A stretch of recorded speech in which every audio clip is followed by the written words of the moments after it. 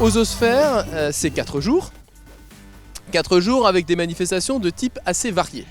Alors c'est le jeudi et le vendredi, il y a essentiellement les cafés conversatoires qui sont des lieux de débat, de rencontre entre des universitaires, des intellectuels, des artistes sur un sujet qui est lié justement à ce nouveau parc et à sa position dans la ville, celui des mutations urbaines, puisque la ville est en permanente mutation, et ici c'est un exemple, et la place que tient l'université dans la cité du XXIe siècle. Deuxième étape de la programmation, eh bien, il y a ce parcours que vous imaginez, mais qui sera plus visible encore la nuit, puisqu'il y a non seulement le dôme, mais il y a tout autour, et disposé dans le parc, il y a des containers. Et dans ces containers, il y a des performances. Et puis, il y a le point focal, si je puis dire, d'Ososphère, troisième niveau, c'est les performances immersives dans la géode, le parcours et les mappings. Depuis le mois de septembre, nous avons un nouveau parc qu'on appelle le parc de l'université.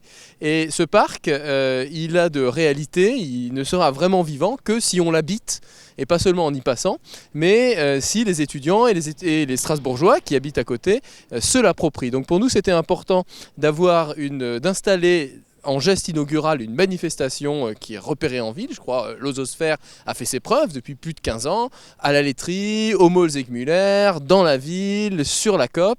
Et ils se sont toujours positionnés dans des endroits qui étaient emblématiques du développement de la ville. L'idée de l'Ososphère, effectivement, est de s'articuler avec les contextes que nous venons habiter momentanément et en dialoguant avec ces contextes. Que ce soit directement, et là par exemple la présence de cette architecture et le regard qu'on avait envie de stimuler sur cette architecture était un élément important de la programmation. Il y a un certain nombre de pièces qui sont formelles et qui travaillent sur ces formes très géométriques de l'architecture de ce campus et du quartier qui est derrière, de l'esplanade. C'est pour ça que par exemple les éléments tels que les conteneurs maritimes et ce dôme géodésique, ces éléments d'architecture mobile sont destinés à s'articuler avec cette architecture du campus et de l'esplanade.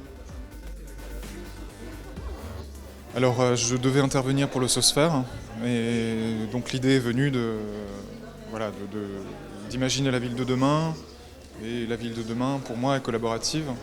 Donc on a décidé de partir sur ce thème-là, ce thème de construire ensemble, de réfléchir ensemble à ce qu'on pourrait faire.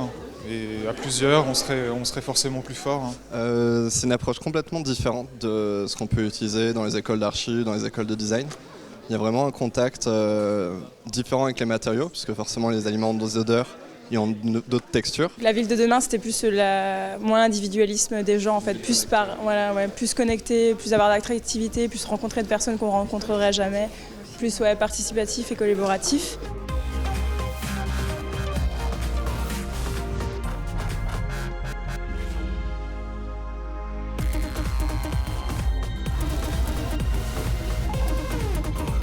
Autonome diffusion nomade pour un système son en fait qui se déplace et qui peut produire de la musique n'importe où. Autonome parce qu'on a notre batterie alimentée à l'énergie solaire et du coup avec ça on peut jouer jusqu'à 8 heures sans avoir besoin de se brancher sur le courant.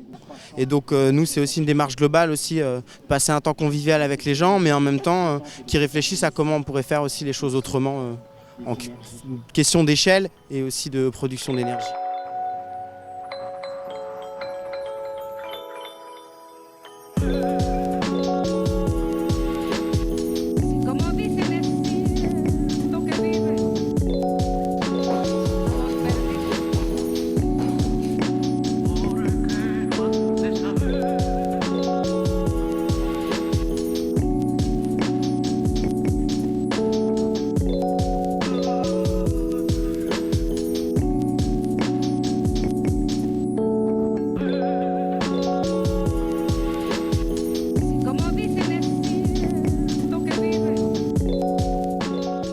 On a proposé ici une œuvre qu'on présente pour la première fois dans cette forme-là. C'est une œuvre qui consiste en fait en une vingtaine de robots qui sont chacun indépendants et qui, si on veut, réagissent ensemble, forment une communauté qui réagit à son environnement. On est venu ici habiter un espace que les étudiants peut-être voient, ils passent devant tous les jours et qui fait partie de leur environnement. Et on vient, avec notre proposition, peut-être les faire se poser d'autres questions, peut-être sur l'espace dans lequel ils habitent ou dans lequel ils transitent à tous les jours.